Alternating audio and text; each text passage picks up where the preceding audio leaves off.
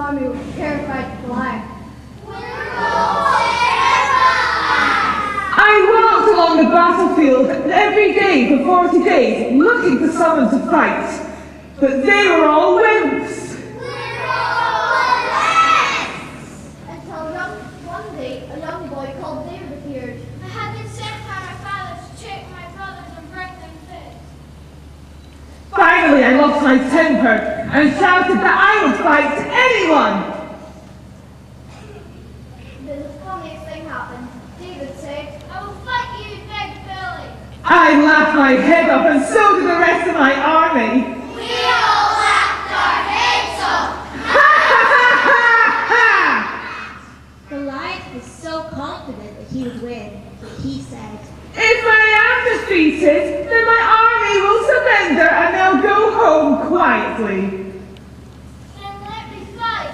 you cannot defeat this giant, David. Is there anyone else that will do it? Roll a step forward. Let me fight. No! Let me fight. No! Let me fight. Yes, fight him, David. You are our only hope.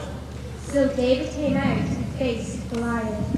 Is this the best your army can do? This small boy? Ha ha ha ha ha! I might be small, but I can't think that you were going down. I couldn't believe my eyes. David took out a stone from his pocket and put it in his sling. Well, I picked up a huge rock and hurled it at David, but he did not flinch. The rock was next to fire and Edgerton. Then he swung the sling around the stone and fired the stone at the glass. It was the most amazing thing ever. The Philistine army ran off. On the Israelite army, placed David on their shoulders and celebrated.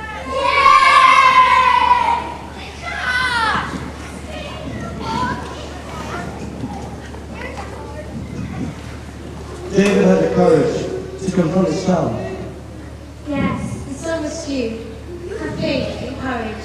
Stand by Mary. We are to request. Thank you. I will go to Mary and tell her I understand. I will be provoked. So Joseph went to Mary. They talked, they embraced, and they prayed. And so did everyone else at the wedding.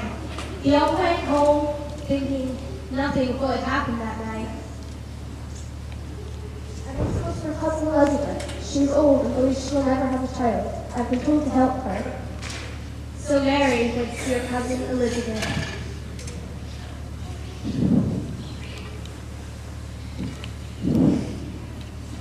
It's like an ache just here.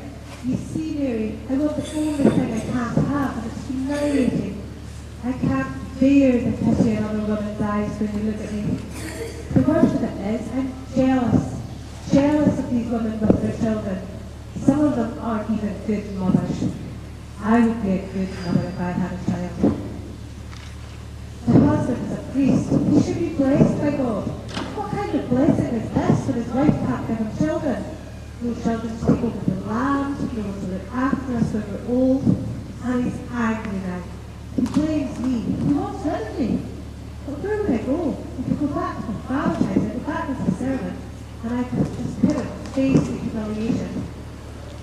Why have you cursed me, God? Why pick on me? I don't believe you're cursed, Elizabeth. You've just lost your faith.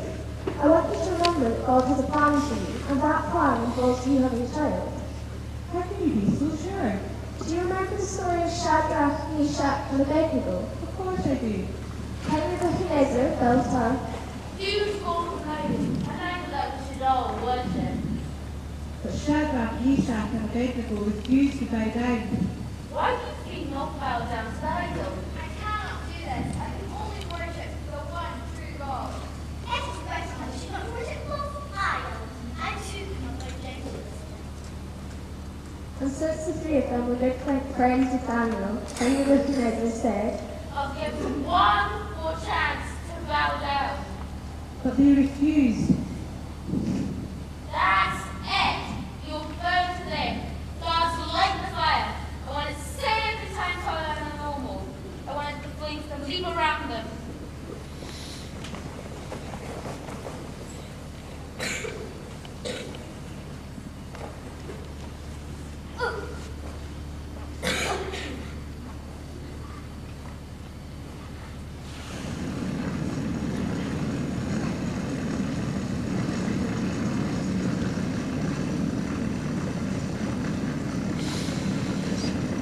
Horton! I want goodness, Horton!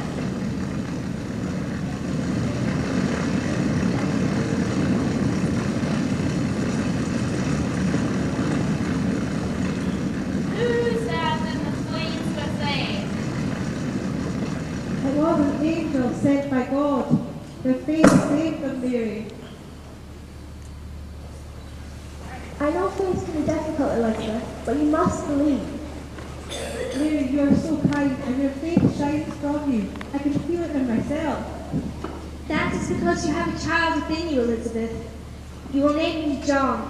He will be a great man, and he will baptize many in the way of the Lord. And from this very birth, he will be filled with the Holy Spirit. Thank you, Mary. So Mary went back to Joseph, but when she arrived, Hear this, citizens of the house of David, proceed with haste to Bethlehem to be counted. The imperial census begins in 5 days by order of the Emperor Augustus. I can't go. I have my work to pay. Everyone from the house of David must go. Oh, but I can't. Who's going to look after them? Everyone from the house of David must go. But my wife is due to give birth in 5 days.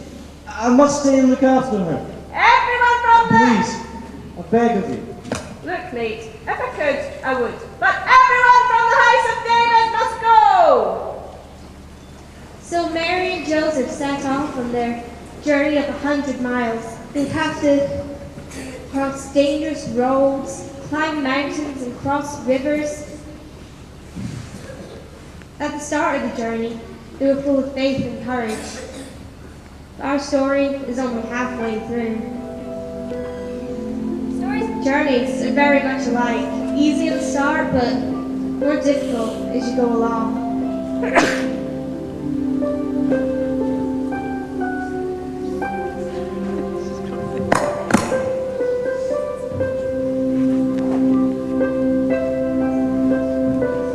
first day was easy. We talked about the baby and their life together. Joseph joked that we're making such good cakes, so we'd be made around in no time. The third day was so-so. I was worried because I knew that Mary was hurting. Even though she smiled and said she was okay. The fourth day was difficult. The weather was so hot and everything about my body ached, but I didn't want to tell Joseph of my discomfort, so I smiled.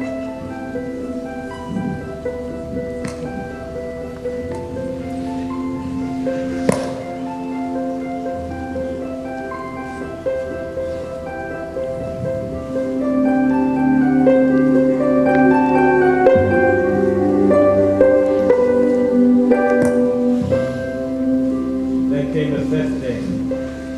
That was a killer. We had to climb over a high mountain pass. And it was just too much for Mary. She wanted to. Turn back. Can we please turn back? I was so exhausted carrying around another person inside me. My legs were swollen, my wrists were swollen, my everything was swollen. The donkeys were great, but they couldn't take my weight as well as other things. I had to keep walking. I had to get to Bethlehem. If not, I nearly failed in my task. Then Joseph said, Just a little further. And we'll soon be at the top. And we'll see Bethlehem in the distance. It's not far. You are almost there. Come. Take my hand. It will steady you. Now I give you my love. It will strengthen you. and it did. His love was what I needed. This amazing man who I'd shouted at the first time we met was my rock. I knew I could go on. Look, Mary, look. It's Bethlehem. We're almost there. Thank you, Joseph. Mary and Joseph had completed their journey to Bethlehem, but they were not the only ones making the journey.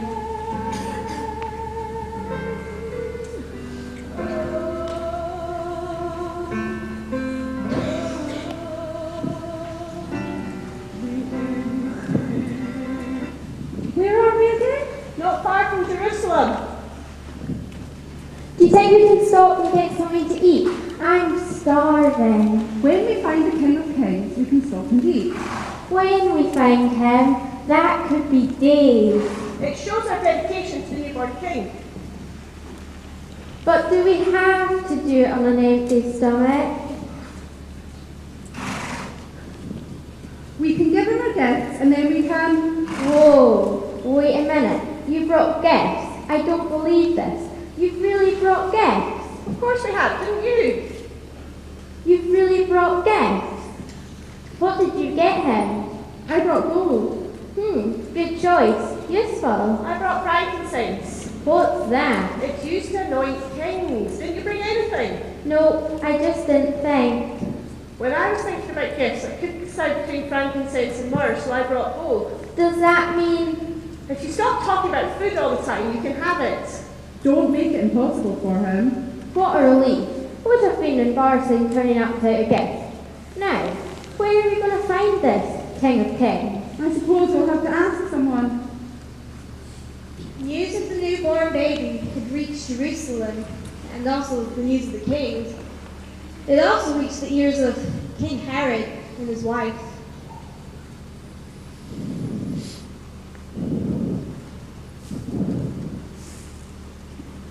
Make way for mighty Herod, King of Galilee. Meg, come here immediately. Sooner than immediately. Now. I have consulted with high priests, stargazers, fortune tellers, pastry cooks, horse dealers, and lunatics. Am I not the almighty King of Galilee, Lord of all Israel? Yes, mighty King Herod. Yes, mighty King Herod. Then why is everyone talking about a child? Born to be the King of Jews, a Messiah, the King of Kings. Am I not the only king? Will not my son be the only king after me? There is a prophecy, they say. If there is a prophecy, I ask, what is this paltry prophecy, and why am I the last to hear of it? What is your will, mighty Herod? My will. I tell you what it is, my will. What it is, my will. What is it, mighty Herod? Don't rush me, man. What is my will? Your first will should be to have the soldier executed for interrupting you. Your second is to buy me a beautiful piece of jewelry. Your third is to bring the 3 foreigners that have wandered into our land. These 3 tin pot fortune tellers asking questions about the so-called prophecy. Bring these drugged-up, self-styled god kings full of Eastern promise to us. Tell them we are very interested to find the baby king ourselves, and may be able to help them. Now go and bring him here. Them here, even. There's 3 of them. See? That wasn't so difficult, was it, dear?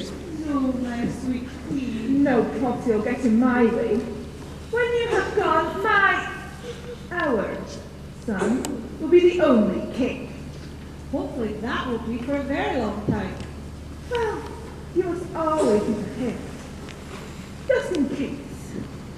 So the call went out to find the 3 kings from the east and bring them to Herod.